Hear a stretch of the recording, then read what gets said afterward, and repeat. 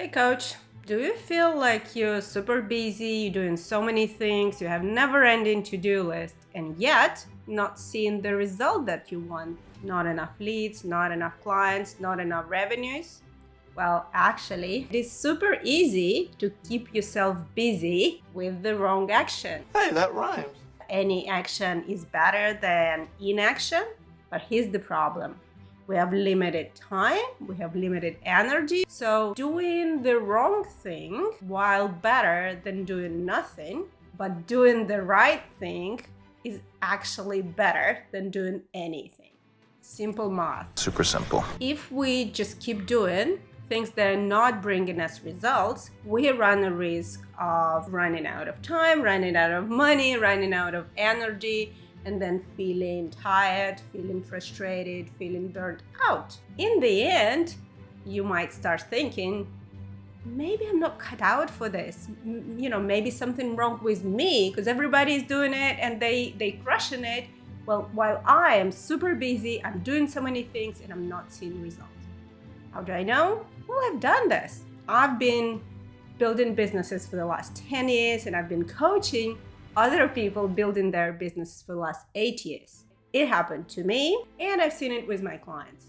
Now, I also seen the results, both in my practice and in my clients. In my last video, I've shared the right actions, the actions that you need to take to get from zero to getting your first paying clients. So go and watch it if you haven't watched it yet. And in this video, I'm going to show you actions that do not fit this stage, building a business journey. And I think the not to-do list potentially is even more important than to-do list. If you want to see more leads, more clients, more revenues, pay attention. This is important. Before we jump into talking about the not to-do actions themselves, let's talk about how you're going to use this list. This is your antidote from FOMO, fear of missing out, from new shiny object syndrome, and from being busy, being tired, burnt out, overwhelmed, because you can cross out things from your to-do list and achieve more by doing less. These days, there is so much noise and there are so many new things appearing on the market, new app, new social media. When we're jumping on something new like that, what we're thinking and what we're trying to find is a shortcut, a magic solution that's going to bring us to the result quicker and without doing things that scare us. The truth? Not possible. If you consistently do the things that you know are effective, that bring you the results that you need, contacting your network, doing the warm outreach, writing comments under your potential clients' LinkedIn posts, creating YouTube videos. These things are scary, but they work. And you have pretty high chance of success. Jumping on these new opportunities, this is like buying a lottery ticket versus doing the work. What will you choose? And then the final disclaimer, these are not absolutely wrong things. These are things just not going to be as effective at this stage of your business.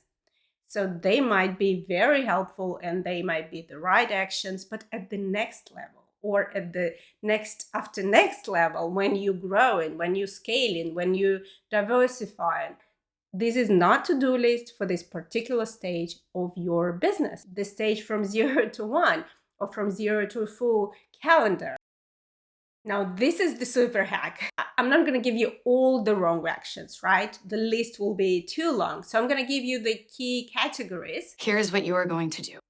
So the test is very simple. The things that don't scare you are probably do not fit at this stage. The beginning stage of the business, majority of your to-do list, you should be doing things that scare you. The outreach, the messaging, the commenting, the posting, inviting to the sales conversations, holding the sales conversation, following up, asking for feedback, asking for testimonial. All these things are at a minimum uncomfortable and a maximum for many people are scary. 80-20 rule You can always leave 20% of your time, energy, and effort to experimentation or to new shiny thing. 80% of your action should be things that are scary and that are bringing you results. These actions are the fastest way for you to get clients. And to get clients should be your number one goal until your calendar is full. It gives you experience, it gives you revenues, it gives you testimonials, it gives you feedback. You get to know your client better, you get to understand if this is the niche you want to work. That's all you need. Now, finally, number one, investing in website, branding, logo, design. At this stage, I suggest you do something minimal, the bare minimum. If you can do these ones in Canva, just watching a couple of YouTube videos, there are AI that currently can do this for you. It really doesn't make a huge difference in the beginning. When you're talking to your clients, what is way important is your irresistible offer, your irresistible coaching package. How you formulate it, what outcome do you offer? What is your guarantee? People don't care that much if you have a beautiful website, if you invested heavily in it. But more important, if you invest in it, first of all, it's a great way to procrastinate, especially if you're doing it yourself. Secondly, you might decide to change your niche, to change your client, to change your offer. You need to do minimal viable product, MVP. So instead of the website, it could be the Notion page or Google page, PDF, a Canva document. That could be something very simple. So you can outline your offer, your coaching package there. Is branding important for a coach? Yes, at the next stage. When you locked on your niche, when you locked on your offers, and the branding and design and the website will all depend on that. The next one, what I call collecting diplomas. I know it may sound a little bit harsh, but I'm saying it with love and with the confession that I've done that many times. So it could be both collecting diplomas in terms of the coaching craft, like, oh, so I've got my coaching diploma. Now I need an NLP diploma. Now I need hypnotherapist diploma and this and that. Or I need the next level. The next level, all I do is study. All I do, take the practice clients. There is another version of this, collecting the business and the marketing courses. Oh, I need to study how to be successful on Instagram. I need to learn how to be successful on YouTube. Taking courses on marketing, on business, on social media, on content creation. It's another great way to procrastinate on doing things that are actually going to bring you results. Am I saying you should not be learning at all? No, absolutely not. But choose carefully what you're going to learn and if it's actually necessary at this stage. Secondly, I really love to use the rule of 90-10. So 90% of the time I dedicate to implementation, whether it's coaching, whether it's growing my business, whether it's marketing, but it's doing things. And only 10% of my time I dedicate to learning things. And it really helps to make sure whatever you learn, you implement right away. Number 3 is coaching people for free for too long. Because you need to collect experience, because you need to collect hours for your certification. I really love the Alex Hormozi concept of your first 5. You coach your first 5 for free. Great. You get the testimonials, you get the case studies, you get the feedback. Now, time to get into selling. Show me the money. Getting your first paying client is very important. And then another one, and then another one. So practicing selling. If you decide to go with coaching, if you decide to go any other way, you will need to be selling. Helping people for free for too long is keeping you stuck, is keeping you busy, is another form of avoidance of doing scary things. All right, the next one, focusing on building an audience and focusing on building a personal brand. Is she crazy or something? The mistake that I see coaches spend too much time, money, energy, all these limited resources on building an audience, creating content without a clear intention to sell the coaching service. Here's the problem.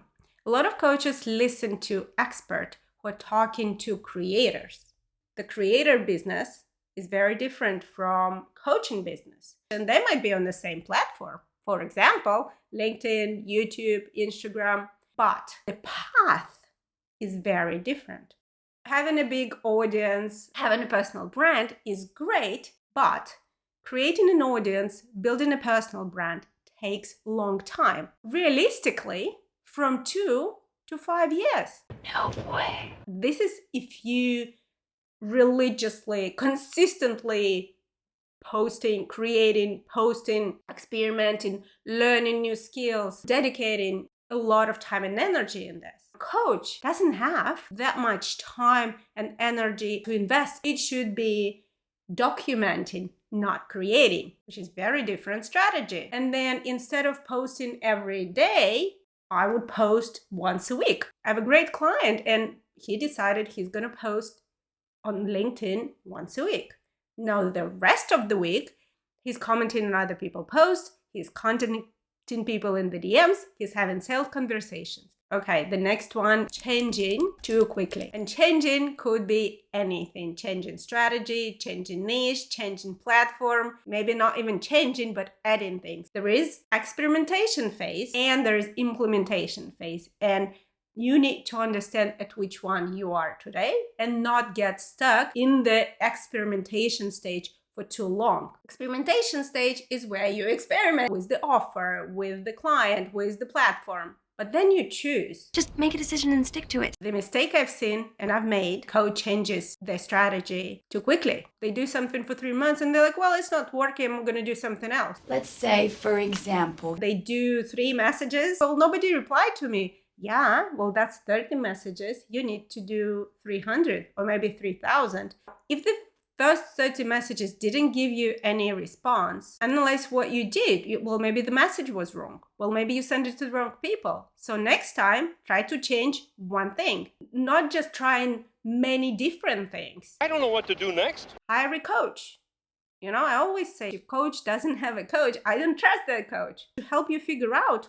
All right, so tell me which ones of this not to-do list is on your to-do list and you're ready to cross them out. You know, there's this funny video where a woman comes to a therapist. He said, just stop it. stop it. So I think that's the message. Focus on things that are scary. Focus on things that bring you clients. Focus on things that potentially can bring you to the goal faster. I have a video that outlines the steps that you need to be doing. If any of these steps you need help with, just let me know. That's it for today, and I'll see you in the next playlist.